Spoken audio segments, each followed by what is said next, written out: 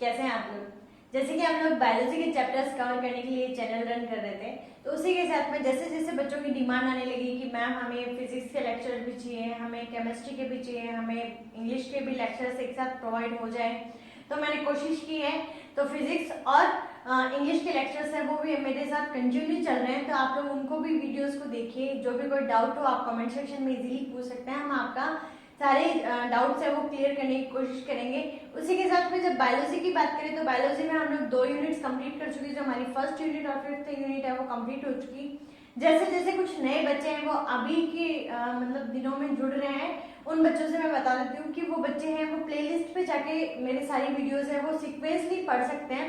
जैसे होता है कि कई बार कुछ बच्चों को है प्लेलिस्ट निकालना नहीं आता, तो आप चैनल पे जाइए, ठीक है, जहाँ पे आप वीडियो देख रहे हैं तो वीडियो के नीचे की साइड में एक राउंड में मेरा लोगो बना हुआ है बायोटॉनिक का, उस पर टच करेंगे तो मेरा चैनल का लिंक खुल जाएगा। चैनल का लिंक खुलने के बाद में चैनल पे ऑप्शंस आएंगे, जैसे होम पेज हो गया, वीडियोस हो गए, प्लेलिस्ट हो गया, तो वहां पे आप प्लेलिस्ट पे जाके देखेंगे तो आपको सारे के सारे वीडियोस है चैप्टर वाइज सीक्वेंस से मिल जाएंगे। तो आप लोग को पढ़ने के लिए थोड़ा इजी रहेगा। आप लोग मतलब चैप्टर वाइज पढ़ना चाह रहे हैं, वीडियोस वाइज पढ़ना चाह रहे हैं कि भाई आज हमने 2 वीडियो देख लिए, आज मैंने एक चैप्टर कंप्लीट कर लिया, तो इस टाइप से आप वहाँ पे इजीली देख सकते हैं। जल्द से जल्द कोशिश करिए कि मैं केमिस्ट्री क्लास भी आपकी रेगुलर करूँ, लेकिन फिजिक्स इंग्लिश है वो मेरे साथ रेगुलर रहेगी। आप लोग पढ़िए, अच्छे से अपने नोट्स बनाइए, और जो भी आपके फ्रेंड सर्कल में है उन फ्रेंड सर्कल में ये वीडियोस है वो शेयर कीजिए, क्योंकि स्कूल खुलने के चांसेस है वो बहुत ही कम लग रहे हैं अभी। मतलब कुछ भी नहीं कहा जा सकता, बहुत ही अनसर्टेन लाइफ चल रही है अपनी।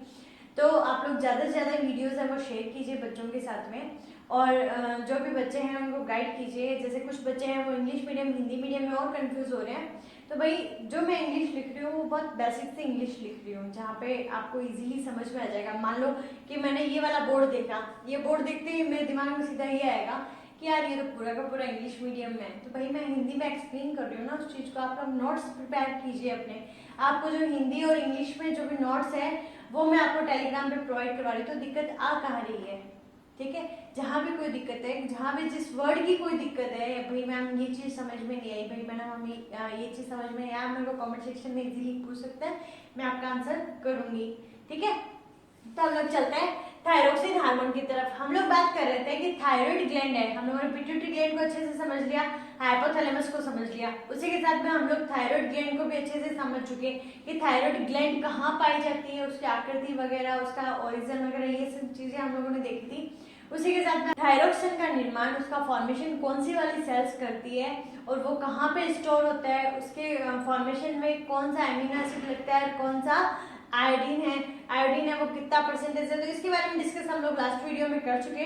जिन्होंने लास्ट वीडियो नहीं देखा वो मेरे डिस्क्रिप्शन में उसका लास्ट वीडियो मिल जाएगा, तो आप लोग वे देख लीजिए ताकि ये वीडियो आपको इजीली समझ में आ जाए। यहाँ हम फंक्शंस ऑफ थायरोक्सिन की बात करें कि थायरोक्सिन हार्मोन के फंक्शन क्या क्या होते हैं, इनसे बहुत बार क्वेश्चन पूछा जाता है। और यहाँ से ये जो ये वाला साइड दिख रहा है आपको, इसमें से 3 से 4 क्वेश्चन है वो बोर्ड के लेवल से भी इंपॉर्टेंट है। बाकी मैंने आपसे कहा है कि नीट के लेवल पे, और यदि आप सीरियसली अच्छे से बायोलॉजी को पढ़ना चाहते हैं तो हर एक लाइन में हर एक वर्ड से क्वेश्चन बना जा सकता है, ठीक है। तो हम बात करते हैं कि जो थायरोक्सिन की फंक्शन है उसमें सबसे पहला है कि यह हमारे ग्रोथ और डेवलपमेंट में सहायक होता है। ग्रोथ और डेवलपमेंट में सहायक कैसे होगा कि जो ग्रोथ हार्मोन है, हम लोग कहेंगे पिट्यूटरी ग्लैंड है, वो पिट्यूटरी ग्लैंड में ग्रोथ हार्मोन पाया जाता है, वो हमारी बॉडी को ग्रोथ करवाने का काम करता है, ये चीज सही है।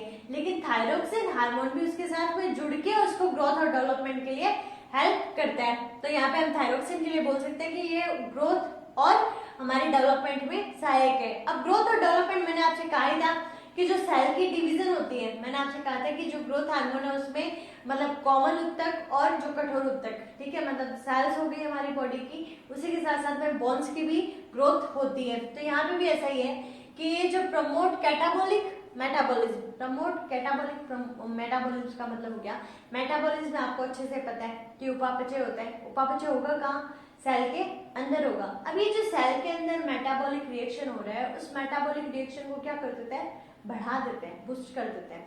अब उसको बढ़ा दिया तो क्या होगा, एनर्जी हमें ज्यादा मिलेगी, ठीक है। हम लोग ने C6H12O6 लिया, ग्लूकोज लिया भोजन के थ्रू, ठीक है। उसी के साथ में हम लोगों ने O2 लिया रेस्पिरेशन के थ्रू। अब इन दोनों का टूटने वाली रिएक्शन मतलब कैटाबोलिक रिएक्शन है, ठीक है, जो ब्रेक डाउन कर रही है, तो वो होगी तो उसमें H2O, CO2 और एनर्जी है वो रिलीज होगी। तो एनर्जी ज्यादा होगी तो वो सेल्स है वो फंक्शंस भी क्या करेगी, ज्यादा जल्दी करेगी, ठीक है। तो इसी टाइप से देखिए कि यहाँ पे जो कैटाबोलिक मेटाबॉलिज्म है उसको बढ़ाया जाता है, ऑक्सीडेशन मेटाबॉलिज्म है वो भी हमने यहीं पे भी बढ़ाया जाएगा, ठीक है। तो आप लोग ये चीजें हैं वो नोट कर लीजिए। उसके बाद में है कि इसमें बॉडी टेम्परेचर है वो हाई हो जाता है, ठीक है, मेटाबॉलिज्म रेट है जैसे ही बढ़ेगी तो हमारा बॉडी टेम्परेचर है वो हाई हो जाएगा और हमें एनर्जी भी है वो ज्यादा प्रोवाइड होगी। अब एनर्जी है, एनर्जी किस फॉर्म में होती है, एटीपी की फॉर्म में होती है, और उस एटीपी को जनरेट करने का काम है वो किसका होता है, माइटोकॉन्ड्रिया का होता है। आप लोग को अच्छे से ध्यान में क्यों, आप लोग 11th क्लास में पढ़ के आए। अब ये क्या करता है, जो थायरोक्सिन हार्मोन है वो ये करता है कि जितने भी सेल्स है, मतलब ब्रेन, हार्ट, लंग्स, इन सब के सेल्स छोड़ दो, उसके अलावा जितनी भी सेल्स हमारी बॉडी में पाई जा रही है उसमें माइटोकॉन्ड्रिया का नंबर है वो बढ़ा देता है। अब माइटोकॉन्ड्रिया का नंबर बढ़ा देगा तो एनर्जी है वो ऑटोमेटिकली क्या हो जाएगी, बढ़ जाएगी, ठीक है। तो ये चीज ध्यान में रखिएगा। फिर हार्ट बीट कंट्रोल, अब मैं ये कहूंगी कि जिन्होंने सर्कुलेशन अच्छे से पढ़ा है तो उन लोग को ध्यान में है कि हार्ट बीट कंट्रोल कौन करता है, ठीक है, पेस मेकर करता है। पेस मेकर जिसको हम ऐसे नोड कहते हैं, ठीक है। तो यहाँ पे जो ऐसे नोड को डायरेक्ट कंट्रोल करने का काम है वो किसके पास में, थायरोक्सिन हार्मोन के पास में। तो आप लोग को ये चीज ध्यान में रखनी पड़ेगी। उसी के साथ में ये फैट, प्रोटीन और कार्बोहाइड्रेट, जो वसा, प्रोटीन और कार्बोहाइड्रेट है, इनके उपापचय को भी कंट्रोल करता है। ये बात हम ऊपर वाली बात में भी साथ में ले सकते हैं। क्वेश्चन कहाँ बनेगा, एक तो ऐसे नोड वाले पे बनेगा, ये चीज आप ध्यान में रखिएगा। फिर यहाँ कैटाबोलिक मेटाबॉलिज्म जो ऑक्सीडेशन मेटाबॉलिज्म है, ऑक्सीकरण उपापचय, तो वहाँ एक दूसरा क्वेश्चन बन रहा है। उसके साथ में जो सबसे अच्छा क्वेश्चन है वो ये है कि हमारी बॉडी की BMR, basic rate of metabolism है, ठीक है, बेसिक मेटाबॉलिज्म रेट है, उसको कंट्रोल करने का काम कौन कर रहा है, थायरोक्सिन कर रहा है। अब यहाँ पे क्वेश्चन बोर्ड के लेवल पे सीधा ये पूछा जाता है कि BMR को कंट्रोल करने का काम कौन है, बेसिक मेटाबॉलिज्म रेट है, जो आधारी उपापचय दर है, उसको कंट्रोल करने का काम किसके पास है, थायराइड के पास में। उसी के साथ में ये पूछ लेते कि BMR की फुल फॉर्म बताओ, तो ये बेसिक मेटाबॉलिज्म रेट है, इसको कंट्रोल करने का काम। इसको कैलोरीजेनिक हार्मोन, ठीक है, हिंदी में भी कैलोरीजेनिक हम बोलते हैं, कैलोरीज जो एनर्जी हमें मिल रही है तो ये प्रोवाइड करवा रहा है, तो कैलोरीजेनिक हार्मोन्स भी इसको कहा जाता है, ठीक है। थायरोक्सिन का दूसरा नाम है ये। फिर CNS को कंट्रोल करना, CNS क्या है, सेंट्रल नर्वस सिस्टम, केंद्रीय तंत्रिका तंत्र को कंट्रोल करने का काम करेगा। तो हम बोल सकते हैं ये मेंटल डेवलपमेंट में भी हमारे हेल्पफुल है, ठीक है। उसके बाद हम बात करते हैं मेंस्ट्रुअल साइकिल, जो भी रज चक्र पाया जाता है, मादा चक्र पाया जाता है जो फीमेल्स में, उसको कंट्रोल करने का काम भी थायरोक्सिन हार्मोन के पास में होता है। उसके बाद बीटा कैरोटीन और विटामिन ए को सिंथेसिस करने के लिए, हमारी बॉडी में स्टिम्युलेट करने के लिए भी ये जरूरी है। क्वेश्चन मैंने कहा 1, फिर 2, BMR 3, और उसके बाद में ये टैडपोल लार्वा वाला सबसे बेस्ट क्वेश्चन है, ठीक है, कि टैडपोल लार्वा के मेटामॉर्फोसिस मतलब कायांतरण को, मतलब टैडपोल लार्वा है, आपको ध्यान में किसमें पाया जाता है, एम्फीबिया में पाया जाता है, मेंढक वगैरह में, ठीक है। अब एम्फीबिया में क्या होता है कि टैडपोल लार्वा से कायांतरित होकर वो वयस्क मेंढक बनता है, तो उस कंडीशन को कहा जाता है या मेटामॉर्फोसिस या कायांतरण कहा जाता है। और उसके लिए उत्तरदायी सबसे ज्यादा जो रेस्पॉन्सिबल हार्मोन है वो कौन सा है, थायरोक्सिन है। ये सबसे ज्यादा बार क्वेश्चन पूछा जाता है बोर्ड के लेवल पे, एक तो BMR और एक है मेटामॉर्फोसिस, ठीक है। उसके बाद देखिए यहाँ पे मैंने एम्बाइस्टोमा जो एक एम्फीबिया है, ठीक है। तो इसमें क्या होता है, जैसे आयोडीन की कमी आती है, तो आयोडीन की कमी आएगी तो मेटामॉर्फोसिस है वो क्या होगा, नहीं होगा, कायांतरण है वो नहीं पाया जाएगा, और उसके कारण उसका जो लार्वा है वो भी रिप्रोडक्शन कर सकता है, ठीक है, लार्वा भी रिप्रोडक्शन जनन कर सकता है, तो इसको कहा जाता है पेडोजेनेसिस। तो इस टाइप से हमारे ये सारे के सारे क्या हो गए, थायरोक्सिन के फंक्शन हो गए। उसी के साथ में मैंने जो आपको लास्ट वीडियो दिया था, लास्ट वीडियो में मैंने कहा था कि फीडबैक कंट्रोल भी करता है। तो फीडबैक कंट्रोल का मतलब क्या हो गया कि सिक्रेशन ऑफ थायरोक्सिन, ठीक है, व्युत्क्रमानुपाती था 1 blood level of thyroxine level जो था हमारा, ठीक है। तो यहाँ पे हम बात करेंगे कि हाइपोथैलेमस है, हम हाइपोथैलेमस पढ़ चुके, तो हाइपोथैलेमस में क्या था, TRH, ठीक है, जो थायराइड को स्टिमुलेट करने के लिए रिलीजिंग हार्मोन था, वो किसके पास में जाना था? एंटीरियर पिट्यूटरी के पास में, अग्र पीयूष ग्रंथि के पास में। अब अग्र पीयूष ग्रंथि के पास में गया, उसने बोला कि भाई थायराइड को क्या बोल कि तू थायरोक्सिन स्टिमुलेट कर, ठीक है। उसने कह दिया कि थायराइड भाई तुम थायरोक्सिन है उसको सिक्रेट करना स्टार्ट कर दो, सिक्रेट करना स्टार्ट कर दिया। लेकिन ब्लड में यदि थायरोक्सिन का लेवल बहुत ज्यादा बढ़ जाता है तो ये ब्लड है वो इसको थायराइड को शिकायत नहीं करेगा, ये शिकायत किसको करेगा? यहाँ अग्र पीयूष ग्रंथि को। अग्र पीयूष ग्रंथि वो ठंड के साथ में, मतलब हमारी बॉडी उस टाइम ठंडी फील होती है, तो वो मैसेज किसको दे देगी? हाइपोथैलेमस को। तो फीडबैक होता है ना कि मान लो कि मैं आपको पढ़ा रही हूँ, ठीक है, और प्रिंसिपल ने या किसी ने कहा कि भाई मैडम आपको कैसा पढ़ा रही है, उसका फीडबैक दो, ठीक है। तो उस कंडीशन में क्या होता है कि मैं मीडिएटर नहीं रहती, उस टाइम क्या होगा कि बच्चा डायरेक्ट किससे कांटेक्ट करेगा? प्रिंसिपल से कांटेक्ट करेगा। तो यहाँ पे भी ऐसा ही है कि ब्लड लेवल से डायरेक्ट जो मैसेज है वो किसके पास में जा रहा है? पीयूष ग्रंथि के पास जा रहा है, पिट्यूटरी के पास जा रहा है। पिट्यूटरी वो मैसेज किसको देगा? हाइपोथैलेमस को। हाइपोथैलेमस है वो सुप्रीम कमांडर है, उसके पास में डायरेक्ट कोई नहीं पहुंच सकता, पिट्यूटरी के पास ही होते हुए उनको वहां जाना पड़ेगा, ठीक है। तो ये तो फीडबैक कंट्रोल की बात होगी। फिर हम बात करते हैं, मैंने कहा था कि हार्मोनल डिजीज पाई जाती है, यदि ज्यादा होते हैं तो भी हार्मोनल डिजीज होती है, कम होते हैं तो भी हार्मोनल डिजीज होती है। तो यहाँ पे डिजीज में हाइपोसिक्रेशन, यदि कम स्त्राव हो, अल्प स्त्राव हो, उस कंडीशन में कौन सी डिजीज होगी? तो हाइपोसिक्रेशन में यहाँ पे सबसे पहला है क्रिटिनिज्म, ठीक है। क्रिटिनिज्म या डायरेक्ट नाम से क्वेश्चन पूछा जाता है कि अल्प स्त्राव के 2 रोग लिख दो, लिख दिए, बोर्ड के लेवल पे बता रही हूँ, ठीक है। और उसके साथ में उसके लक्षण पूछ लिए, तो यहाँ पे इसके लक्षण वो ध्यान में रखिएगा। क्रिटिनिज्म है उसके बारे में आपको ध्यान में रखना है कि जो गर्भवती स्त्रियां होती है, तो गर्भवती जो प्रेग्नेंट वुमेन्स हैं, तो यदि उनमें थायराइड की कमी होती है, तो मतलब आयोडीन की कमी होती है, थायराइड ढंग से फंक्शन नहीं कर रही, तो उस कंडीशन में जो बेबी पल रहा होता है उसको प्रॉब्लम्स क्रिएट होती है। तो यहाँ पे चिल्ड्रंस में ये प्रॉब्लम्स देखी जाती है, किस टाइप की? ड्वार्फ मतलब बोनापन, उसका स्केलेटन है वो परिपक्व नहीं हो पाएगा, ढंग से मैच्योर नहीं हो पाएगा, तो वो कैसा रह जाएगा? बोना रह जाएगा, ठीक है। वीक मसल्स है वो वीक रहेगी। मेंटल रिटार्ड मतलब मंद बुद्धि, ठीक है। बीएमआर रेट क्या होगी? कम होगी। पल्स रेट आपको ध्यान में है ही, पल्स यहाँ से देखते हैं, पल्स रेट है वो कम होगी। अब यहाँ पे मैंने बता तो दिया, पल्स रेट यहाँ से देखते हैं, और मैं 2 चैप्टर में ये चीज आपको बता भी चुकी। तो आप मेरे को कमेंट सेक्शन में ये बताएंगे कि यहाँ पे जो पल्स रेट चेक करते हैं वो किसकी चेक करते हैं, ठीक है। तो आप लोग मेरे को आंसर करेंगे। ब्लड प्रेशर है वो कम हो जाता है, बॉडी टेम्परेचर है वो भी कम हो जाता है, ठीक है, याद हो गए। उसके बाद हम बात करते हैं मिक्सोडेमा की। मिक्सोडेमा है, इसको गर्ल्स डिजीज भी कहा जाता है, ठीक है, गर्ल्स डिजीज है, और ये ज्यादातर किस में पाई जाती है? फीमेल्स में पाई जाती है। इसमें क्या होता है? अलर्टनेस में कमी, मतलब सारा टाइम कैसा रहेंगे? लेजी रहेंगे, अलर्टनेस है वो क्या हो जाएगी? कम हो जाएगी। उसी के साथ में फेस और स्किन वगैरह पे फेट का जमाव होने लग जाएगा, वसा का जमाव होने लग जाएगा। Pulse rate, BP, BMR, temperature, इसमें भी क्या हो जाएंगे? डिक्रीज हो जाएंगे। फिर हम बात करते हैं सिंपल गाइटर डिजीज की, ठीक है, ये सबसे इंपॉर्टेंट है। गाइटर डिजीज जिसको घेंगा रोग या गलकंड भी कहा जाता है, और मोस्टली टचवुड हम लोग हमारे फैमिलीज वगैरह में नहीं देखे, हम लोग हमारे आसपास के एरिया में नहीं देखे, बट आयोडीन की कमी के कारण होने वाले डिजीज, मतलब मोस्टली हम लोग मूवीज स्टार्ट करते हैं तो स्टार्टिंग में जो तंबाकू वाले आयोडीन वाले एड आते हैं, तो उसमें हम लोग देखते हैं कि यहाँ से गला मतलब बहुत फूल रखा है, ठीक है, तो वो गला नहीं फूलता, वो थायराइड है वो क्या हो जाती है? फूल जाती है। तो ये जो गलकंड रोग या घेंगा रोग होता है, तो उसमें क्या होता है? आयोडीन की कमी पाई जाती है। थायराइड है वो क्या हो जाती है? स्वेलिंग हो जाती है, उसमें सूजन आ जाती है। ये इंडेमिक डिजीज है। इंडेमिक डिजीज का मतलब होता है क्षेत्र विशेष में पाई जाने वाली। अब क्षेत्र विशेष कहाँ पाई जाएगी?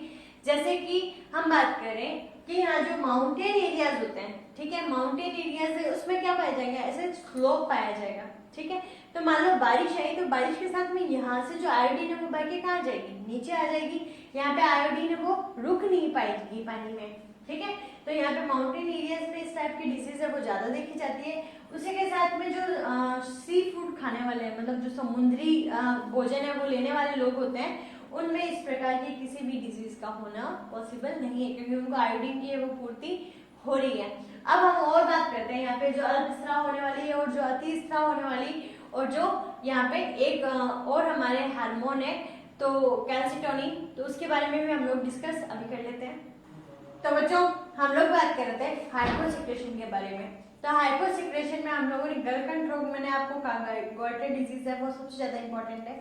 उसके बाद में आता है हाशिमोटो डिजीज। हाशिमोटो का जो रोग है, हाशिमोटो का रोग एक ऑटो इम्यून डिजीज है। ऑटो इम्यून डिजीज का मतलब हुआ कि खुद ही खुद का नाश करने वाला, ठीक है। हमारी खुद की प्रतिरक्षा है, हमारी खुद की इम्यूनिटी है, वही क्या कर देगी, उसको खत्म कर देगी। अब किस टाइप से करेगी, आप देखिएगा कि यहाँ पे जो फॉलिकल्स होते हैं, जो थायराइड ग्रंथि में फॉलिकल्स पाए जाते हैं, उनके थायरोग्लोबिन हार्मोन है वो संवेदनशील हो जाते हैं, सेंसिटिव हो जाते हैं, और उनके सेंसिटिव होने के कारण हमारी जो बॉडी है वो हमारी थायराइड ग्लैंड के एंटीजन के अगेंस्ट एंटीबॉडी का फॉर्मेशन करना शुरू कर देती है। जहां हम लोगों ने बॉडी फ्लूइड सर्कुलेशन वाला चैप्टर देखा था, तो वहां पे हम लोगों ने एंटीजन और एंटीबॉडीज के बारे में बात की थी कि किस टाइप से एंटीजन है, किस टाइप से एंटीबॉडीज का फॉर्मेशन होता है, किस टाइप से एंटीबॉडीज है वो एंटीजन को एक्सेप्ट करेगी नहीं करेगी। तो हम लोग इस बारे में डिस्कस ऑलरेडी कर चुके। तो यहाँ क्या करती है कि जो बॉडी है वो एंटीबॉडीज का फॉर्मेशन शुरू कर देती है, किसके अगेंस्ट, थायराइड के एंटीजन के अगेंस्ट, मतलब प्रति बॉडी का फॉर्मेशन करना शुरू कर देती है प्रतिजन के अगेंस्ट। अब ये जो प्रतिकाएं बनेगी ये क्या करेंगे, उस एंटीजन को खत्म कर देंगे। तो एंटीजन को खत्म कर देंगे तो ये क्या हो गया, सुसाइड ऑफ थायराइड ग्लैंड, मतलब खुद से ही खुद का जो नाश हो रहा है तो उसको सुसाइड बोलते हैं। तो सुसाइड ऑफ थायराइड ग्लैंड, इसी को कहा जाता है हाशिमोटो की डिजीज को, ठीक है। उसके बाद हम बात करते हैं यहाँ हाइपर सिक्रेशन की। हाइपर सिक्रेशन में आपको सीधा पूछा जाए तो हाइपर सिक्रेशन में कैंसर भी होता है और एक ट्यूमर डिजीज भी होती है। उसके अलावा जिसकी हम डिटेल जाननी होनी चाहिए वो है एक्सोप्थेलिक डिजीज। एक्सोप्थेलिक डिजीज है, इसको नेत्रसौंधी डिजीज कहा जाता है। नेत्रोसेंधी डिजीज है, मैंने कहा ना हिंदी में नाम ऐसे होते हैं ले ही नहीं जाते, ठीक है, इंग्लिश में नाम थोड़े इजी होते हैं। तो ये जो नेत्रोसेंधी डिजीज है इसमें क्या होता है कि हमारी आंखें, ठीक है, आंखें क्या हो जाती है, आईबॉल्स होती है, जो आईबॉल्स वो बाहर आ जाती है, ठीक है। ऐसे नहीं निकल के बाहर आ गई और कंचे खेली आप लोगों ने, ऐसा नहीं होता। मतलब हमें बहुत बड़ी बड़ी, कई लोगों के ना बहुत ही स्ट्रेंज लुक होता है उनका, बहुत डरावना सा, ऐसे बड़ी बड़ी सी आंखें होती है भाई साहब, मतलब आंखें देखते ही डर जाए, ठीक है। तो इस तरह से स्ट्रेस लुक इसमें पाया जाएगा, वीकनेस रहेगी, बीएमआई, टेम्परेचर, हार्ट रेट और पल्स रेट जहां वहां हम लोग घटा रहे थे यहाँ पे क्या करनी है, सारी बढ़ा देनी है। तो ये सारी बड़ी भी पाई जाती है, इसको ग्रेवस डिजीज भी कहा जाता है, ग्रेवस रोग भी कहा जाता है। तो इस टाइप से आप लोग ये हाइपर सिक्रेशन देखिएगा। उसके बाद हम बात करते हैं पैराफोलिकुलर सेल्स के बारे में। पैराफोलिकुलर सेल्स है, इनको सी सेल्स भी कहा जाता है। हम लोग प्रिंसिपल सेल्स के बारे में डिस्कशन कर चुके हैं जिसमें हम लोगों ने थायरोक्सिन हार्मोन देखा है। अब हमें कैल्सिटोनिन हार्मोन के बारे में डिस्कस करना है। अब ये जो पैराफोलिकुलर सेल्स है वो पाई कहाँ जाती है, हम लोगों ने देखा कि फॉलिकल्स है, फॉलिकल्स के चारों तरफ जो एपिथेलियल सेल्स थी वो थायरोक्सिन का सिक्रेशन कर रही थी, और जो बीच में फंसी हुई सेल्स पाई जा रही थी वो कौन सी थी, सी सेल्स। और जो ढीला संयोजी भाग था, ढीला जो कनेक्टिव टिश्यूज था वो हमारे स्टोमा रीजन था, स्ट्रोमा रीजन के अंदर पाई जाती है। और उसके साथ में हम लोग बात किए थे कि जो थायरोक्सिन है T3 T4 देखा, ये हम लोग आयोडीनेटेड देखे थे, मतलब आयोडीन युक्त देखे थे, लेकिन यहाँ पे कैल्सिटोनिन है उसमें आयोडीन नहीं पाई जाती। इसका नेचर कैसा रहेगा, प्रोटीन हार्मोन के जैसा रहेगा, ठीक है। उसके बाद हम बात करते हैं कि थायरोकैल्सिटोनिन हार्मोन है उसका सिक्रेशन करती है, ठीक है। एक ये क्या करती है, यूरिन के अंदर Ca++ जो कैल्शियम है उसके उत्सर्जन को बढ़ा देती है, ठीक है। तो ये चीज आप ध्यान में रखिएगा। जो ब्लड रहेगा और ECF है जो एक्स्ट्रा सेलुलर फ्लूइड है उसमें कैल्शियम को क्या कर देगा, घटा देगा, और उस कैल्शियम को ले जाके हड्डियों के ऊपर जमा देगा, ठीक है। तो ये हड्डियों के ऊपर जमा को बढ़ा देता है, और यदि इसकी कमी हो तो इसकी कमी के कारण कौन सा डिजीज होता है, ऑस्टियोपोरोसिस, अस्थि छिद्रता, जिसमें बोन्स डेंसिटी है वो क्या हो जाती है, लो हो जाती है। ऑस्टियो वर्ड है वो बोन्स के लिए यूज किया जाता है, तो ऑस्टियोपोरोसिस पोर छिद्र, ठीक है। तो ऑस्टियोपोरोसिस डिजीज याद रख लेना। नेक्स्ट हम लोग जो बात करेंगे वो करेंगे पैराथायराइड के बारे में। अब पैराथायराइड है तो पैराथायराइड क्या करेगा, पैराथायराइड हार्मोन का सिक्रेशन करेगा। अब ये इसका हम देखेंगे, ये एंटागोस्टिक का मतलब हो गया जो अगेंस्ट वर्क करते हैं, ठीक है। जैसे ये क्या कर रहे हैं, ब्लड में यहाँ कैल्शियम के लेवल को घटा रहे हैं, कैल्शियम और फास्फोरस के, और ये क्या करेंगे, कैल्शियम और फास्फोरस के लेवल को बढ़ाने का काम करेंगे। ये पीटीएच पैराथायराइड हार्मोन, ये हम लोग नेक्स्ट वीडियो में डिस्कस करेंगे, तो आप लोग को अच्छे से समझ में आ जाएगा। यहाँ पे ये जो इससे रिलेटेड था इसलिए मैंने आपको यहाँ पे डिस्कस कर दिया। ठीक है, तो खुश रहिए, मुस्कुराते रहिए और घर पे सुरक्षित रहिए। Thank you.